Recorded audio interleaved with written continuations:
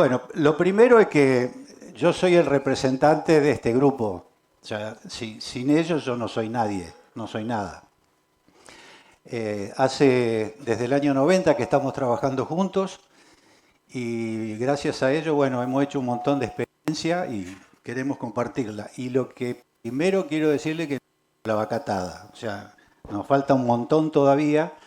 Y la idea es presentar desde las dudas que tuvimos en los primeros años, en la década del 90 hasta el año 2000, y después a partir de ahí hasta ahora con las nuevas cosas que nos aparecieron como sugerencia.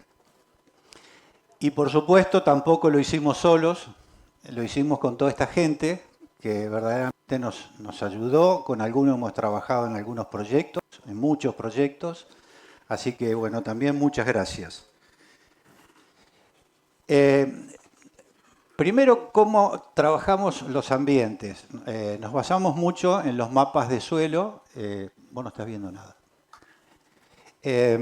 Cada potrero tiene su lote con su índice de productividad que sale del mapa de suelos de GeoInta. En este caso hay un montón porque son todos potreritos en un campo de cría que son todos potreritos de 7, 8 hectáreas, entonces cada uno tiene su índice de productividad y para nosotros es muy importante porque tenemos una relación muy buena con los rendimientos. Lo que van a ver ustedes acá es el índice de productividad por GeoInta con los rendimientos de los 3 cultivos principales, que es trigo, el primer gráfico, para 2 años diferentes. Los puntos negros son años más cálidos y de baja cantidad de lluvias, y el otro, como el año pasado, más frescos y de buena cantidad de lluvias, con pendientes diferentes. Y lo mismo pasa en soja de primera y de segunda. Y finalmente los 3 maíces, el rojo maíz temprano, el verde maíz de segunda sobre cultivo de trigo o cebada. Y fíjense que son bastante paralelas las pendientes. Y después algo que atraviesa un poco son los maíces tardíos, que generalmente lo hacemos todos con cultivo de servicio. A partir del índice alrededor de 60 de índice de productividad, prácticamente ya hasta menor cantidad de ambientes, ya estamos haciendo maíces tardíos en vez de maíces tempranos. Ahora no me da bolilla esto. Bueno, esto ya dijeron como el grupo son campos de agricultura pura y agricultura combinados con invernada y otros con cría. Los 3 cultivos, básicamente trigo, soja, maíz, de las 2 secuencias, una rotación corta y la otra con soja de primera. Todo lo que sea soja de primera va todo con cultivo de servicio. Otra cosa importante es que todos los lotes que tienen riesgo de erosión hoy están el 100% sistematizados.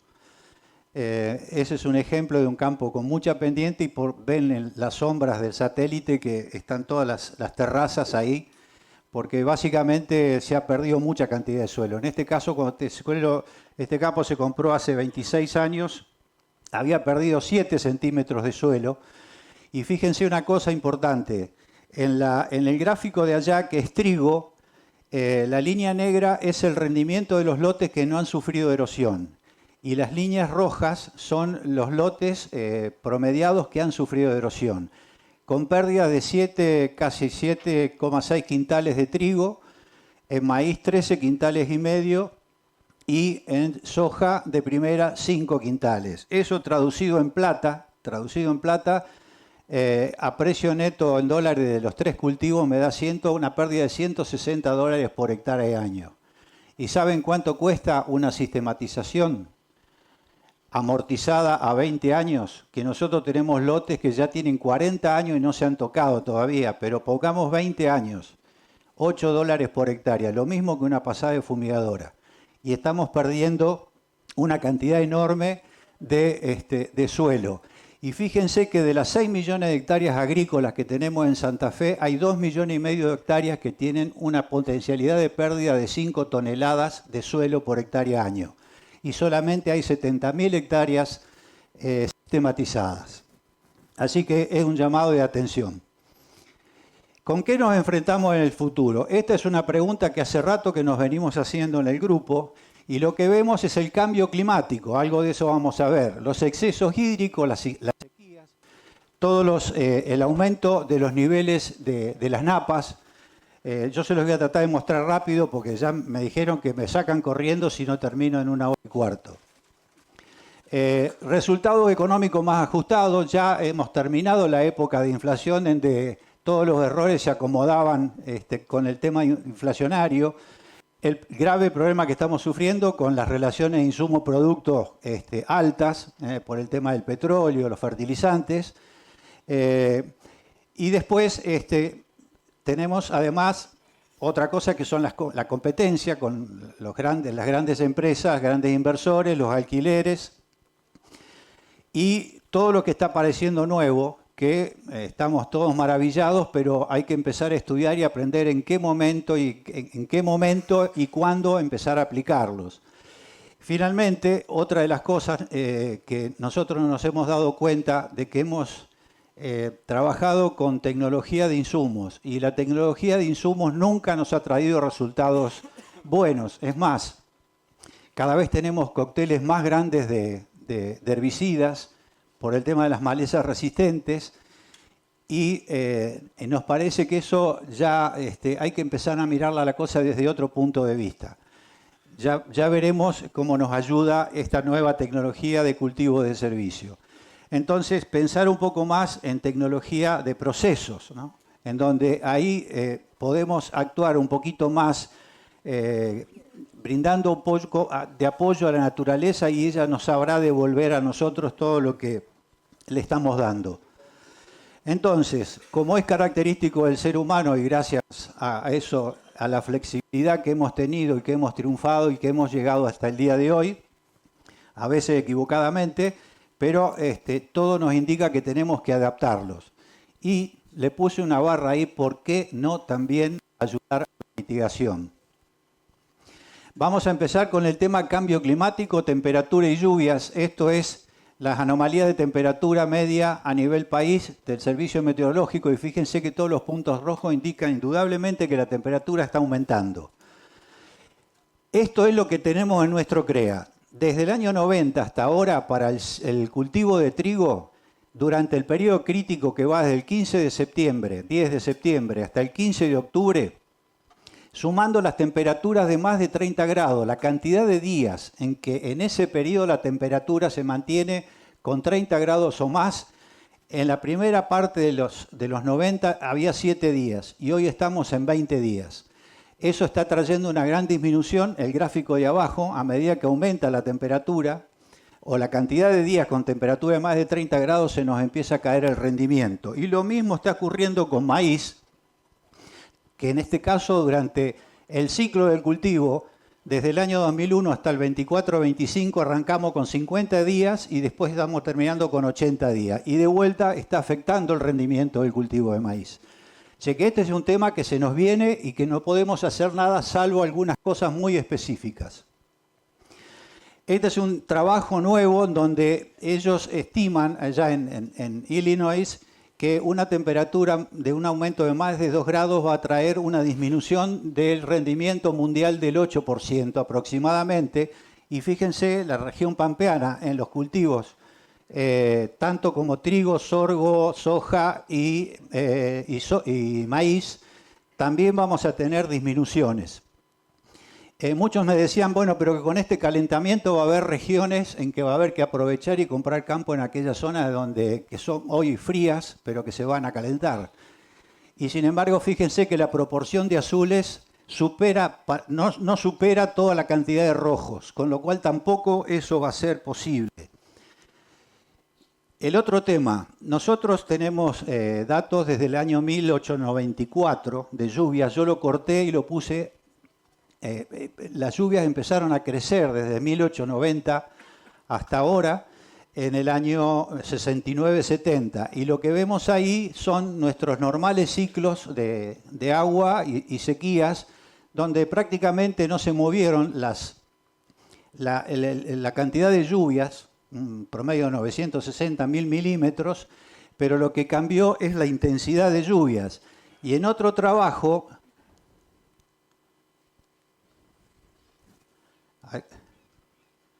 bueno, ahí está. En otro trabajo, fíjense que lo que dice esto es que aumentó la intensidad y el color, el tipo de intensidad está marcado en esta línea y nosotros tenemos también bastante afectado. Estamos alrededor de entre un 5 y un 10% de lluvias más intensas. En la condición que están nuestros suelos hoy, con un aumento de la intensidad para una lluvia de 50, 60 milímetros y una capacidad de ingreso del agua en el suelo de 20, 22 milímetros, como hemos medido, estamos fritos. Porque a partir de ahí vamos a tener agua por todos los bajos, vamos a tener agua en los caminos, que son hoy por hoy lo poco que deberíamos tener bueno, pero lamentablemente no se puede hacer. Y yo lo que hice acá fue un balance hídrico estacional de la época de otoño, desde que se cosechan los cultivos de verano hasta que se siembra el trigo. Y lo que vemos es un balance seriado. Lo que vemos es que fíjense la cantidad de círculos que hay donde se juntan balances positivos de otoño. En ese momento, salvo las pasturas, no hay nada que esté consumiendo agua, porque encima no queremos ver ni un yuyo en el lote. Lo pisamos. O sea, vamos por el lote, vemos un solo yuyo y lo pisamos, porque no lo queremos ver. Y eso, aunque sea, salvo las graves problemas de malezas, rama negra, por ejemplo, pero después el resto de las malezas anuales no tiene ningún problema. Y yo creo que con cultivo de servicio todo esto lo podemos mejorar.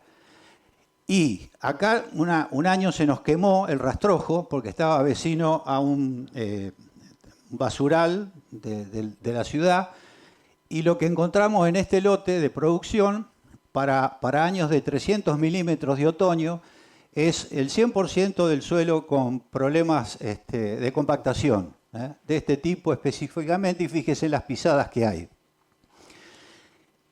Hablábamos de la velocidad de infiltración, 21 milímetros a velocidad saturada y 48 milímetros para los lotes con pastura. O sea, estamos prácticamente en la mitad de la infiltración. Y esto es lo que pasa después de las lluvias, donde se ven perfectamente el mismo dibujo de la foto cuando se quemó el rastrojo a cuando llueve. Todo eso no ingresa al suelo, se va y empieza a correr por todos lados. Y esta es una foto de una lluvia de 300 milímetros del misma área, de esta área, en donde los puntos rojos son los verdes. Y fíjense que donde están marcados los círculos son los únicos sitios que quedan pasturas. Entonces, y acá tenemos registros en nuestro grupo desde el año 94, 95 hasta el día de hoy, con el movimiento de las napas. Fíjense la raya roja son 100 centímetros de profundidad, la verde estamos en 3 metros, y yo creo, bueno, está corrida la línea, pero una napa segura hoy tendríamos que estar hablando de 4 metros. Y si después de la gran seca que tuvimos esos 3 años seguidos que las napas bajaron, hoy estamos prácticamente en algunos sitios con un mapa de 1 metro. Y hablando de los laureles, que está cerquita de acá, ya hay sitios que tienen 1 metro, 1,40 metros de napa. Con lo cual, ese es un tema. Y hay una característica que nosotros hemos notado y que ya está mencionada en la bibliografía: las napas suben con mucha rapidez, rápidamente. En todos los casos suben rápidamente y bajan en forma muy lenta. Para quien tenga una napa hoy a 2 metros, con el verano que se aproxima aparentemente una niña, habría que empezar a pensar de cómo hacer ya para tener en cuenta y poder manejar este sistema. Este es el dato que tenemos a raíz de todas las napas, de cómo afectaron la profundidad de las napas a los cultivos. Y fíjense que con napas a 50 centímetros, en todos los casos, tenemos una pérdida de 50% de trigo, un 50% de soja de segunda, un 60% de soja de primera y un 40% de maíz. Ese es un tema verdaderamente que es muy importante. Y en algunos ensayos que hemos hecho, no sé si se ve bien, bueno, pero todo esto son cultivos de servicio Esto es pastura y esto es el testigo que teníamos midiendo napa. Y lo que encontramos fue que hay una diferencia para los cultivos de servicio de un descenso de napa de 50 centímetros y de 1 metro con pasturas. Entonces, ¿cuánta agua es 1 metro de napa? O sea, cuando restamos capacidad de campo a 1 metro de napa, o sea, capacidad de campo es el agua que retiene el suelo, eso después lo vamos a ver en la calicata un poco, son 160 milímetros. Si yo le sumo a los 300 milímetros que tengo los 2 metros y tengo 1 metro de napa, ya tengo 460 milímetros de agua. Y si tengo 2 metros de napa, Dios mío, agarrémoslo en la cabeza.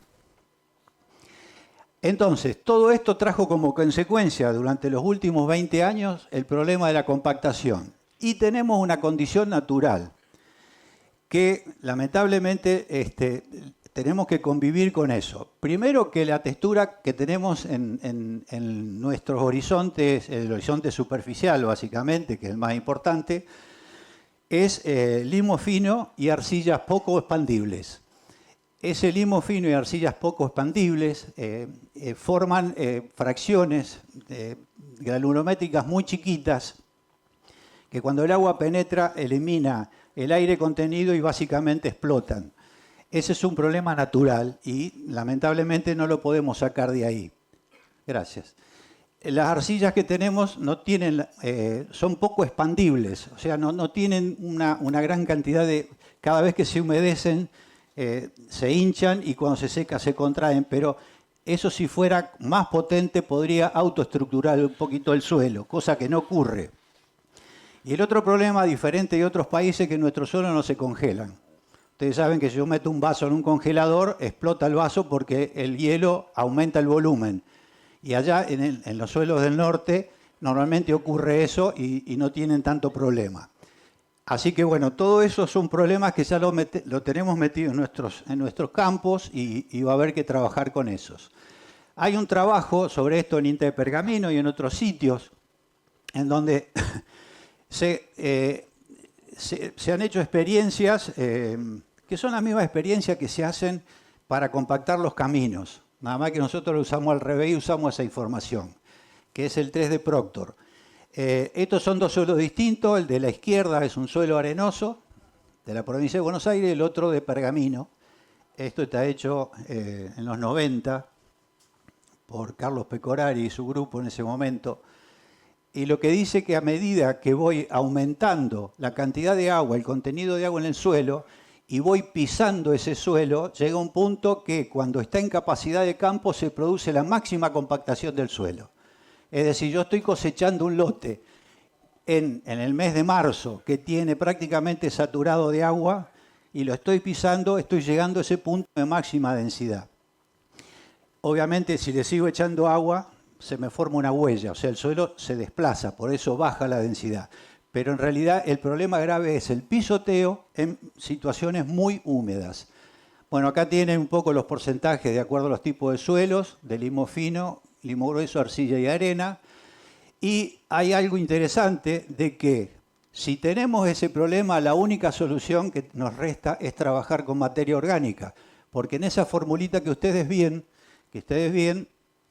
la arcilla, el limo y la materia orgánica son el responsable de que el suelo, o la materia, al revés, que la materia orgánica nos va a servir para descompactar el suelo. Entonces, alrededor de todos estos problemas vamos a estar discutiendo hoy. Y esto es lo que pasa en suelos que ya han estado inundados con estas situaciones muy laminares en cultivos de maíz, el tipo de raíces que se desarrollan, y fíjense el colorcito que tiene hermoso ese maíz y la altura, ya casi floreciendo, le falta de todo ahí. Así que bueno, esas son las cosas que estamos viendo. Hemos trabajado con perfiles culturales, que es uno de los indicadores que a mí más a nosotros nos trajo más conocimiento. A través de estos perfiles culturales, uno lo que hace es establecer una observación de los terrones del suelo y valorizarlos de acuerdo a la porosidad visible que tiene, de alta porosidad. Entonces, trabajando en una trinchera de suelo, el horizonte A sería todo esto que está acá, desde acá hasta acá arriba, Este es el B1, este es el B2T. Nosotros trabajamos en perfil cultural solamente sobre el horizonte A, como horizonte productivo. El B lo vamos a discutir después, cómo funciona con relación a las raíces. Y le damos una proporción de las situaciones que están comprometidas, compactadas, versus las que están aireadas. Y le damos un porcentaje. 40% de suelo compactado, 60% de suelo compactado, 70%. Y cuando estudiábamos, bueno, acá tienen la foto de cómo se clasifica. Bueno, eso lo podemos ver después. Y en todos esos ensayos también hacíamos mapas de raíces. Esto lo hicimos con Juanjo de Batista ya por el año 98, más o menos. Y donde practicamos distintos tipos de maquinaria. Por ejemplo, el de abajo es un cincel, donde las púas están tan separadas que no permiten que esta zona que está compactada quede bien trabajada. Y fíjense que el mapa de raíces copia perfectamente la loma que dejó el cincel en el medio. Y esa loma que está compactada contiene nutrientes y las raíces no llegan. Y también tampoco llega el agua. Resultado de eso, comparando entonces la cantidad de raíces con el porcentaje de estado de compactación, lo que hicimos con todas estas repeticiones fue llegar a la conclusión de que hasta 40% de estados compactados la cosa funcionaba relativamente bien y que de ahí en más podríamos empezar a trabajar, iniciar la reactivación de ese sistema suelo-planta con algo de maquinaria agrícola. En ese caso, eliminamos todo lo que sea disco y trabajamos todo con púas. Después vamos a ver algo más de esto. Y el resultado de eso fue de que de vuelta a mayor cantidad de raíces, los rendimientos, en este caso del cultivo de trigo, en secano y bajo riego, responden también a la gran cantidad de raíces. En soja hicimos lo mismo y el resultado fue que tuvimos diferencias de un 25%. El suelo compactado versus suelo óptimo. Y una cosa interesante es que cuanto más cerca de la superficie se encontraba la compactación, más efecto negativo tenía en el cultivo, en caso de rendimiento. Hay un trabajo muy lindo, que creo que es la tesis de Carolina Sasal, en donde ella dice de que el abuso del cultivo de soja con la disposición de las raíces contra las raíces en cabellera de los cultivos de gramíneas, estas raíces serían también parte responsable de esas capas laminares que hay en el suelo y que uno los va encontrando.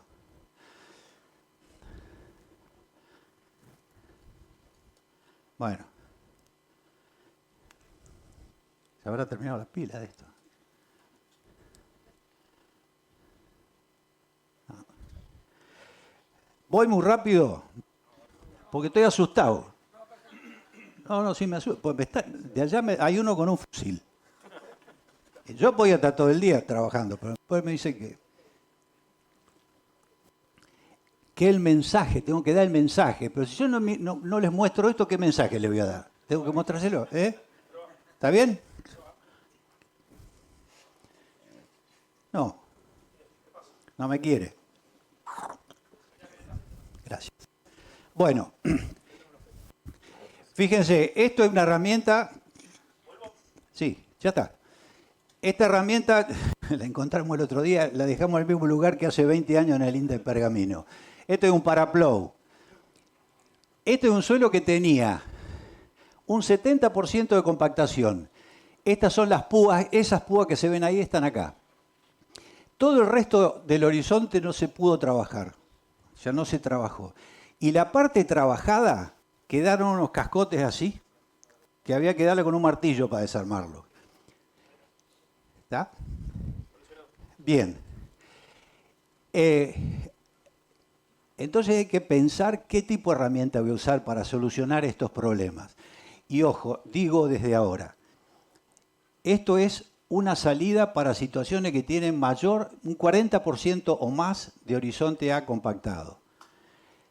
Con ese tipo de labranza, en el momento adecuado, con la humedad adecuada, puedo o debo arrancar con otro sistema diferente, porque ya les voy a mostrar que no dura este efecto, como se ve acá.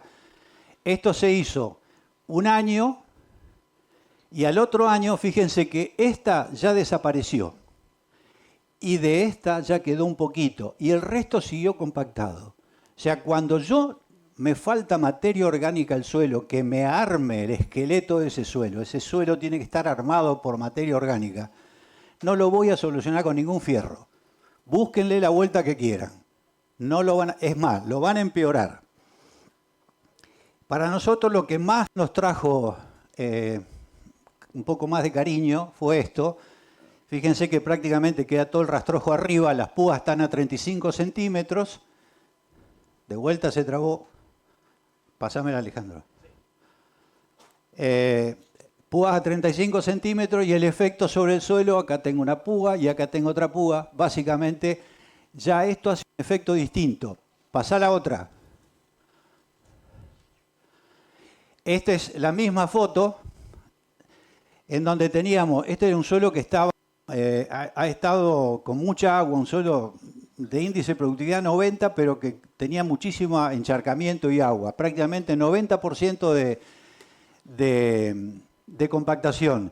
Y aplicando esta herramienta, hemos logrado bajar a un 43%.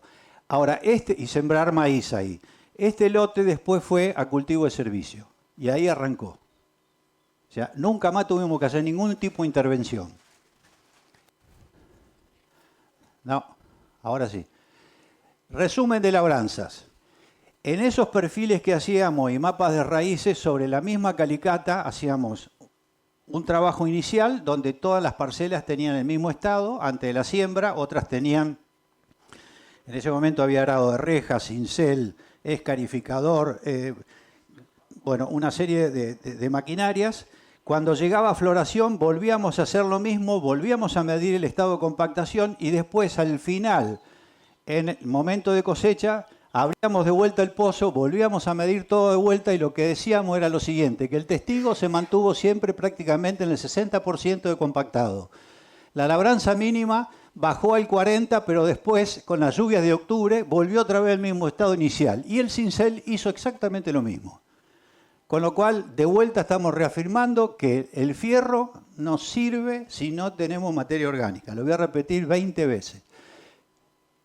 Si no hay materia orgánica, difícilmente podamos recomponer las condiciones físicas.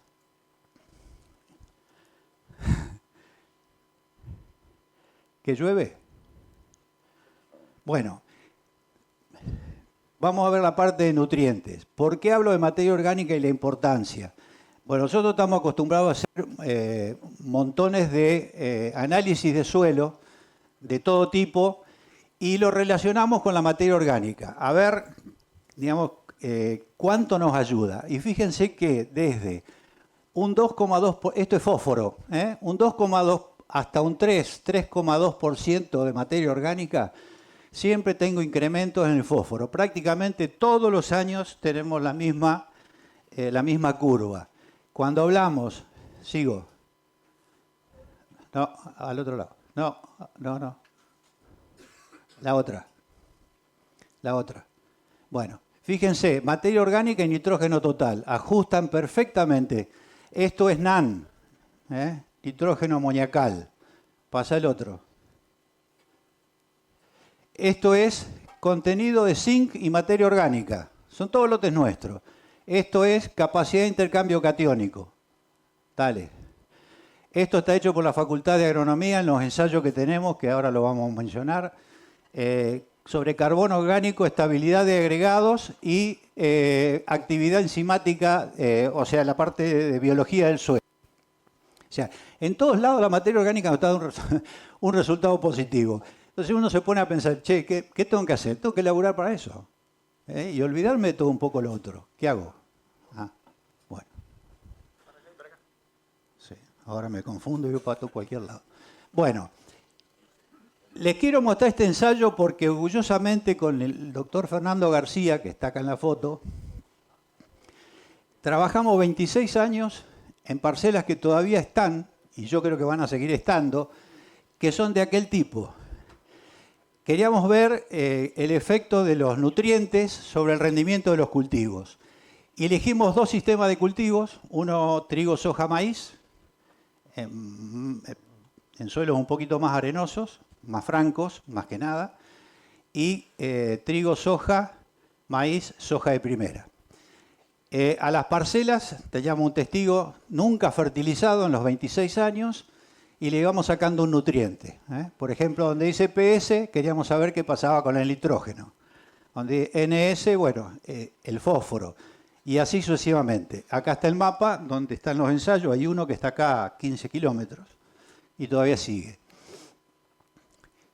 Entonces, había campos que tenían dos cosas. Algunos que tenían historia agrícola pura y otros historia ganadera con agricultura. Historia agrícola pura. Historia ganadera. Fíjense las respuestas a la fertilización. Un 120% el de agricultura permanente y un 57% de respuesta a aquel que venía rotado con ganadería. Acá tengo Lambaré, que es este campo que está acá cerquita, rotado con ganadería, un 27% contra la ANSA, que está cerca de Cañada de Gómez, que es el mismo tipo de suelo, un 76%. ¿Cuánta plata me estoy ahorrando ahí? Digamos, si ajusto bien mis modelos de nitrógeno, de azufre y todo, un montón. Y esto es lo que pasó con la materia orgánica. La materia orgánica de los testigos nunca fertilizados es de color azul y la roja es la fertilizada con NPS. Los rendimientos fueron todos altísimos siempre, arriba de 100 quintales de maíz, 45, 50 quintales de soja, 45, 50 quintales de trigo. Y fíjense que con esas rotaciones, dejando de lado los testigos, pero fijémonos en lo rojo, con esa rotación no pudimos mejorar la materia orgánica. No se movió, al menos la mantuvimos. Con el pH, fíjense en NPS, se nos acidificó un poco el suelo. ¿Por qué? Porque estamos perdiendo calcio, magnesio con las cosechas. Las cosechas se nos llevan nutrientes, eso no lo hemos puesto. Y también por el exceso de fertilización. Y la capacidad de intercambio catiónico también bajó. Con lo cual, la pregunta es, con el sistema que todos los que estamos acá estamos llevando adelante, no mantenemos materia orgánica. Algo tenemos que hacer. ¿Qué pasó con la parte biológica? Un trabajo de Romina Verdenelli de CONICET en Córdoba. ¿Qué nos dice? Nos dice que comparando los testigos nunca fertilizados con los fertilizados, había más respiración, o sea, había más acción enzimática, había más bichitos en el suelo. Pero lo que no había era diversidad de bichos. Entonces, ¿qué es lo que nos sugiere? Que estamos industrializando el sistema, estamos buscando bichos que deberían estar ayudándonos, que no existen, porque los borramos con el sistema que venimos trabajando, y eso es una pena. Entonces hay que empezar a diversificar un poco, y ahí es donde entraría un poquito el tema de las praderas y los cultivos de servicio. Ahora, ¿por qué las praderas, las praderas tienen más ventaja en la parte de materia orgánica? Entonces, bueno, yo no había encontrado nada, encontré esto de La Pampa, que se los comento, es un ensayo que duró 16 años, que tenía un pasto llorón de testigo, que ya tenía 25 años, considerado un suelo, entre comillas, virgen. Tenía 2 rotaciones de pastura, con gramíneas, con alfalfa, y tenía agricultura, girasol, cultivo de invierno, maíz. Entonces, ¿qué midieron? Materia orgánica en agricultura, en pasturas y en llorón. Conductividad hidráulica, o sea, velocidad de infiltración y estabilidad de agregado, que serían 3 indicadores, algunos más también pusieron, pero serían los 3 indicadores que más nos muestran la salud del suelo. Entonces yo, para no meterles números, el resultado de esto fue que a la agricultura le pusimos un signo más, a las pasturas 3 signos más y al llorón 4 signos más. Ese es el resultado de todo lo que pasó. Es para no mezclar números. Y la pregunta ¿por qué es? Cuando ellos miden raíces, yo cuando tengo una mezcla agrícola, probablemente llego a medir 8.000 kilos de materia seca de rastrojos. En una pastura, una producción de 15.000 kilos de materia verde, de materia seca, en el año promedio de los 4 años. Y un llorón puedo llegar, en lo mejor y a toda furia, en 7.000 kilos, aéreo. Cuando voy a medir raíces, el llorón está en 11.200 kilos en los primeros 30 centímetros del suelo. Las pasturas 8.200 y solo 2.500 kilos de raíces. ¿Qué me sugiere eso? Que si yo tengo menos materia orgánica acá, menos conductividad y menos estabilidad de agregados, y acá produzco 8.000 kilos arriba y 2.500 kilos abajo, y al revés acá 7.000 arriba y 11.200 abajo, me está diciendo de que el problema está abajo, o mejor dicho, la respuesta está en las raíces. Y las raíces tienen dos vías principales de generar materia orgánica de la buena, a través de cuando se mueren, del material que aportan y de los exudados que liberan. Este es un dato que tenemos en nuestros lotes, de uno de nuestros lotes con materia orgánica. Este es un campo que ya viene de 80 años de mezcla de agricultura con ganadería, y lo que vemos es que tiene un 5% de materia orgánica, y después se sacó la vaca, y después de 27 años se nos estabilizó en el 3% de materia orgánica. Ahora, en otro campo que sigue haciendo lo mismo, lo que vemos, nosotros amortizamos la pastura en ¿cuánto tiempo? 4 años. O sea, $600 una pastura por hectárea, la dividimos en 4. Y estamos contentos. Miren, el efecto en la agricultura, en trigo y en maíz, dura hasta el 9º año. Otra de las cosas que estamos haciendo es sacando mal los números. ¿Hay algún contador acá? Debería haber alguno, por lo menos para cambiarle un poco la cabeza, porque todos sacan los números del 1 de enero al 30 de diciembre. Y el campo no es una fábrica de tornillos, porque el fierro entra el 1 de enero, se hace el tornillo, la arandela y la tuerca, se vende el 30 de diciembre y listo. Todo lo que nosotros hacemos este año va a impactar en el año que viene y en los años que vienen también. Entonces, cuando yo hablo de costos, yo digo, ¿cómo puedo? Hablamos recién del tema de las terrazas, ¿no? Que tiene una amortización de $8, nadie las hace. No, pero me cuesta $180 hacer una terraza. Sí, una bolsa de maíz. Pero te dura 40. ¿Cómo es el costo ese?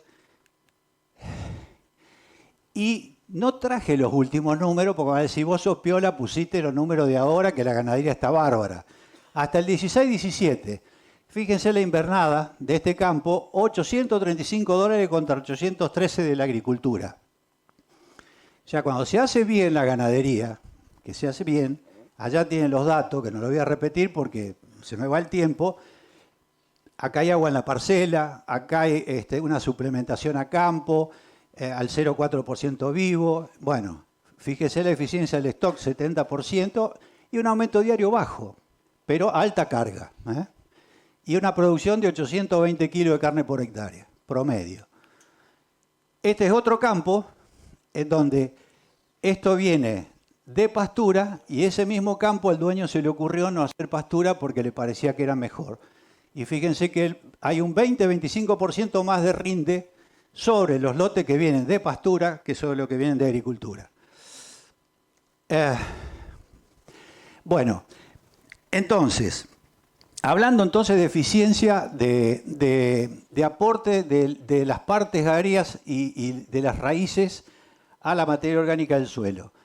Según Gervasio Piñero, que lo deben conocer casi todos, la parte aérea de rastrojos tiene una eficiencia del 5% solamente. Silvina, corregime. Bueno, las raíces, como material raíces, solamente un 10%, y los exudados de raíces, un 50% de eficiencia. Entonces yo hice un número rápido abajo, que si yo tengo una avena que produce 5.000 kilos de materia seca arriba, el 25% de la avena son raíces, produzco 1.250 kilos de raíces. Y los exudados, normalmente se calcula la mitad del volumen de las raíces, un 50%. Y fíjense el aporte de carbono de arriba, la parte aérea son 250 kilos, 125 de las raíces y 313 de los exudados. Un total de un aporte de casi 700 kilos de carbono que ingresan a la materia orgánica. Esto no es balance, esto es ingreso. Después falta la respiración y otro tipo de cosas. Pero es fundamental que empecemos a mirar raíces. ¿Cómo nos damos cuenta de que la raíz está funcionando? Esta es una raíz de vicia. Lo que ven acá, fíjense que no está, acá son raíces desnudas, pero acá está cubierta por lo que nosotros le decimos rizobainas, que es el trabajo de los microorganismos del suelo alrededor de los exudados de las raíces. Eso va directamente a la materia orgánica asociada a los minerales. Esto es una raíz de rábano. No sé por qué, en los ensayitos nuestros, donde vemos raíces de rábano hay 5 a 10 lombrices juntas siempre. Bastante más que donde hay vicia. Bueno, y a falta de pasturas, entonces, porque hay gente que no va a poder hacer ganadería de vuelta, cultivo de cobertura. Y lo primero que te dicen es, no, primero que son caros, tengo que gastar $120. Y después te dicen, me consume agua. Yo digo, puta, ¿será cierto? Estos serían los lotes que van a maíz nuestros, de distintos años y de algunos que son datos de INTA. Yo hice balance de agua simple, no la compliqué demasiado. Agua inicial a 2 metros, de todos estos años. Las lluvias que cayeron, debería estar sumando el agua que yo tengo a 2 metros más las lluvias. El agua final, antes de la siembra de maíz, o sea que en este caso el promedio empezó con 270 milímetros y hoy está en 250, pero llovió todo esto. ¿A dónde fue el agua? La eficiencia me está dando un promedio del 50%. Entonces, y me dicen, bueno, pero guarda, ¿qué pasa un año seco? Vamos al año seco, 72 milímetros en 2 metros. Este es un suelo que capta 300 milímetros. Esto es seco. Y le llovió casi 200. 47% de eficiencia. Nada. Entonces me estoy perdiendo de generar materia orgánica. Que eso lo puedo manejar. Porque nosotros sabemos que cada 21 milímetros producimos 1000 kilos de materia seca de un cultivo de servicio. Un cultivo de servicio que llegue a los 3000 kilos de materia seca para nosotros es suficiente. Si lo dejamos crecer un poco más, tenemos una relación carbono-nitrógeno muy alta y no se descomponen rápido. Entonces el servicio al cultivo que sigue no es tan interesante. Entonces, basándonos en todo eso, estamos perdiendo con un suelo que arranca en 2,65% de materia orgánica, alrededor de 310 kilos por hectárea de ingreso de carbono. Y por supuesto, nitrógeno también, 140 kilos de nitrógeno. Yo me basé con AMG. Bueno. Les muestro los ensayos que estamos teniendo. Esto hasta ahora en 3 campos. Testigo, avena, vicia sativa. El problema de la vicia villosa es que es muy difícil de cosecharla. Entonces queríamos buscar una oportunidad de hacer vicia sativa, pero toda la información que venía era que producía menos y a su vez agregaba poco nitrógeno al suelo. Pero resulta que en Hilario Ascasubi hicieron una vicia sativa que le llaman Hilario y una vicia villosa que le llaman Ascasubi. Aparentemente esa vicia Hilario está produciendo un poquito mejor que todas las otras y la verdad que nos está yendo bastante bien. Si bien no tiene la misma productividad que la villosa, pero por lo menos se puede cosechar y se puede solucionar ese problema de falta de semilla. Vicia villosa, avena y rábano. Yo le voy a mostrar el resultado global de los últimos 2 años, porque después me dicen, mirá, son $120 de costo, yo le digo, sí, tenés razón, pero tengo 40, $50 menos de aplicación de herbicidas, tengo por lo menos $50 menos también de aplicación de nitrógeno, porque lo estoy aprovechando, estoy controlando malezas, y después le voy a mostrar lo último, ¿no? Que es el tema de los bichos.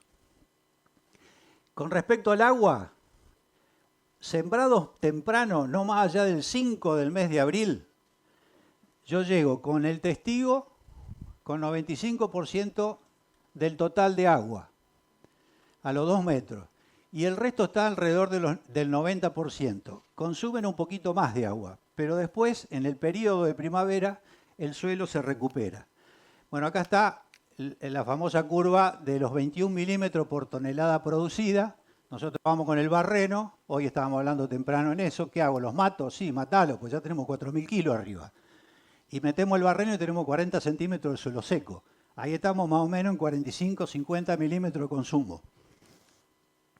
Y la infiltración, el testigo dio 23, la vicia sola 43 y la vicia Beni Rábano 35. ¿Por qué? Es menos. La vicia Beni Rábano, que todo el mundo dice que el rábano con la raíz que tiene, en realidad habíamos empezado a tirar 3 kilos de semilla de rábano. Resulta que el rábano viene con tanta velocidad que la deja la vicia planchada en el suelo. Le empezamos a bajar los kilos y hoy estamos en 1,2 kilos. Si no me corrige alguno allá, me dice que sí con la cabeza. Y el centeno estábamos, o la avena con 25 kilos, estábamos en 7 kilos. Bueno, 7 kilos. Entonces, ¿qué pasa? Como es mucha cantidad de raíces la que genera la vicia, nos hace una buena porosidad. Y el rábano, entre rábano y rábano, o sea, donde está el rábano sí entra agua, relativamente. Pero hay un espacio que no crecieron demasiada cantidad de raíces, pues eso bajó. Pero en realidad las infiltraciones mejoraron casi el doble. Y otra cosa interesante, cuando medimos el nitrógeno para ir al trigo del otro año, daba el testigo 63 kilos, la avena 81, la vicia hilario 102, la vicia villosa 113 y la vicia Beni Rábano no me acuerdo, pero creo que está en 120 kilos, una cosa así. Y el NAN, nitrógeno potencial, que no es potencial, pero es una forma de medirlo, 59, 65, 88, 95 y 81. Fíjense que de acá a estos dos que están acá son muchos kilos de nitrógeno agregado. Y descubrimos otra cosa. Todos los años venía proteína en trigo. Y todo el mundo sabe que cuando hay buenos rinde de trigo se cae la proteína. Entonces acá está cada uno de esos puntos azules, son toda la historia de nuestros años de medir. Pero este año apareció todo esto que está acá. Una disparidad de puntos que no sabíamos qué pasaba. Cuando fuimos a mirar, nos dimos cuenta de que todos estos puntos que están acá arriba, que mejoraron casi un 1,6% de proteína, no llegaron tampoco al 11%, pero no tuvieron el descuento, son lotes que venían con historia de pastura y lotes que venían con historia de cultivo de servicio. Ajá, ese NAN que estamos viendo ahí lo está entregando a la proteína, porque el destino que va a la proteína es la última parte de ese nitrógeno. O sea, yo llego a hacer una aplicación doble de nitrógeno para generar mayor número de granos, pero la proteína la tengo que hacer en vaina embuchada, que es el último momento donde puedo aprovechar ese nitrógeno. ¿Y qué pasa si cuando tiro esos 20 kilos de N para mejorar la proteína no me llueve? No pasa nada. En cambio, esto ya está en el suelo y es gratis. Hay que amortizarlo, los contadores. Mi hermano es contador. Hago una pelea con mi hermano todos los días. Bueno, la cantidad de camiones que vimos. Y esto es la historia. Acá tenemos los índices de productividad. Acá tenemos los rindes de soja sin cultivo de servicio y los rindes de soja con cultivo de servicio. En los mejores ambientes tenemos un 6%, alrededor de 350 kilos más de rinde. Y en los peores lotes nos mejora muchísimo más, el doble casi. Ahora, fíjense que no es todo color de rosa, son todos puntos, el ajuste acá 0,36, acá 0,70 para esto. Esto que está acá son todas las macanas que hemos caído. Primero, secarlo muy tarde. Segundo, con mucho consumo de agua. O sembrarlo muy tarde. Pusimos todo lo que está. Y en trigo tenemos 4 quintales más al año que viene.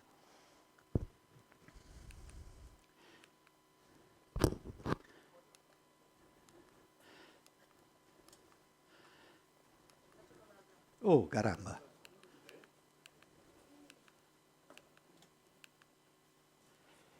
¿La materia orgánica aumentó? Bueno, por ahora es un dibujo.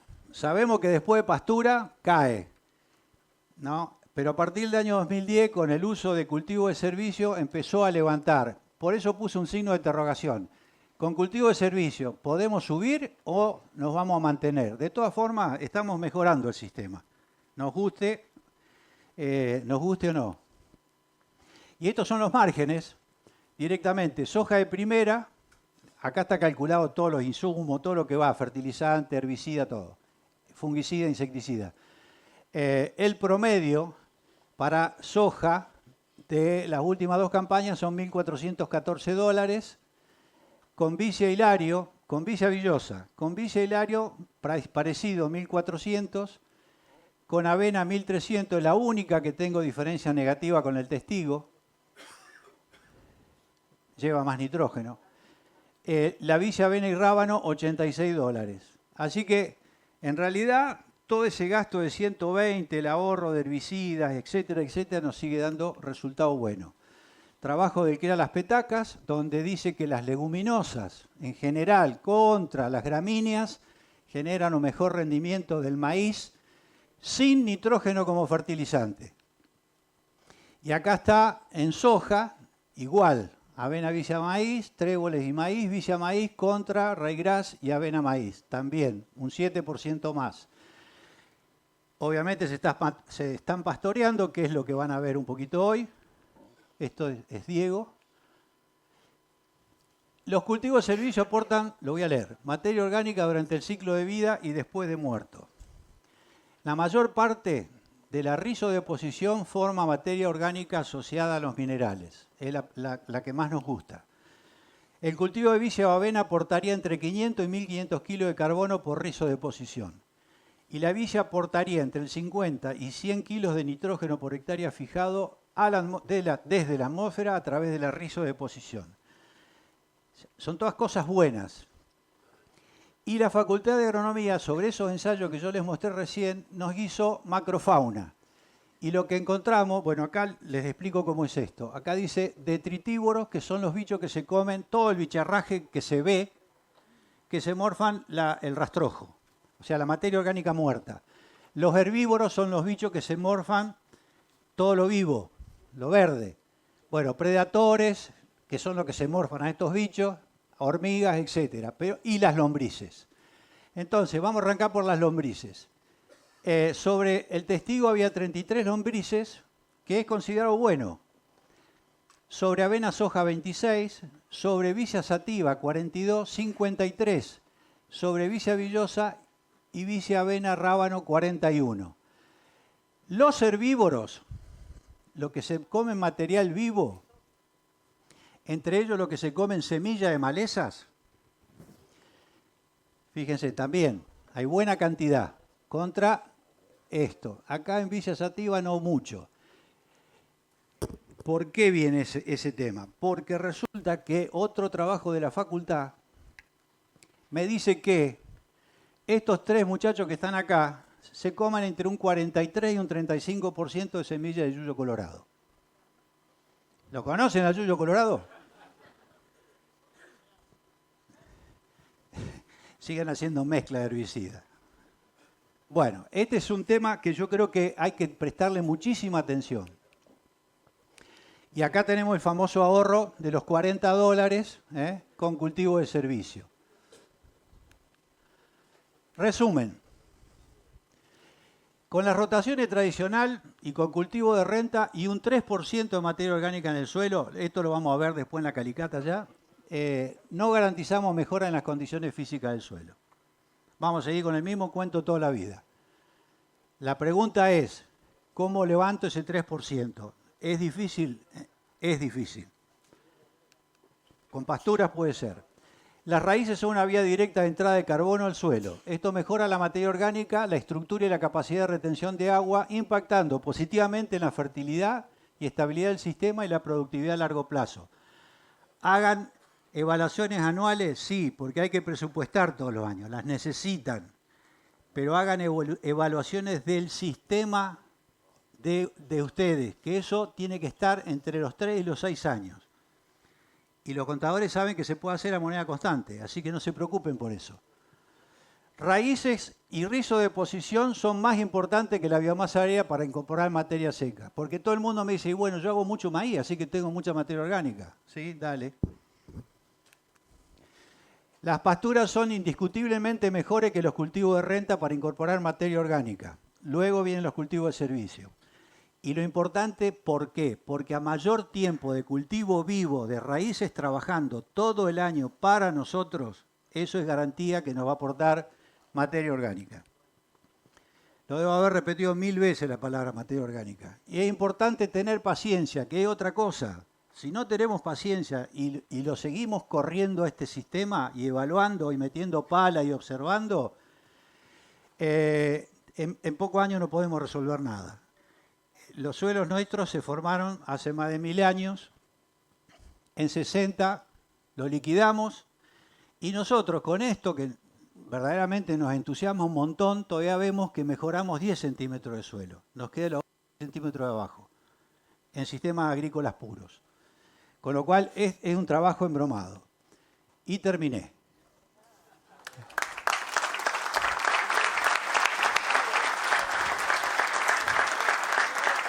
Profesor Pozzi, tremendo lo suyo.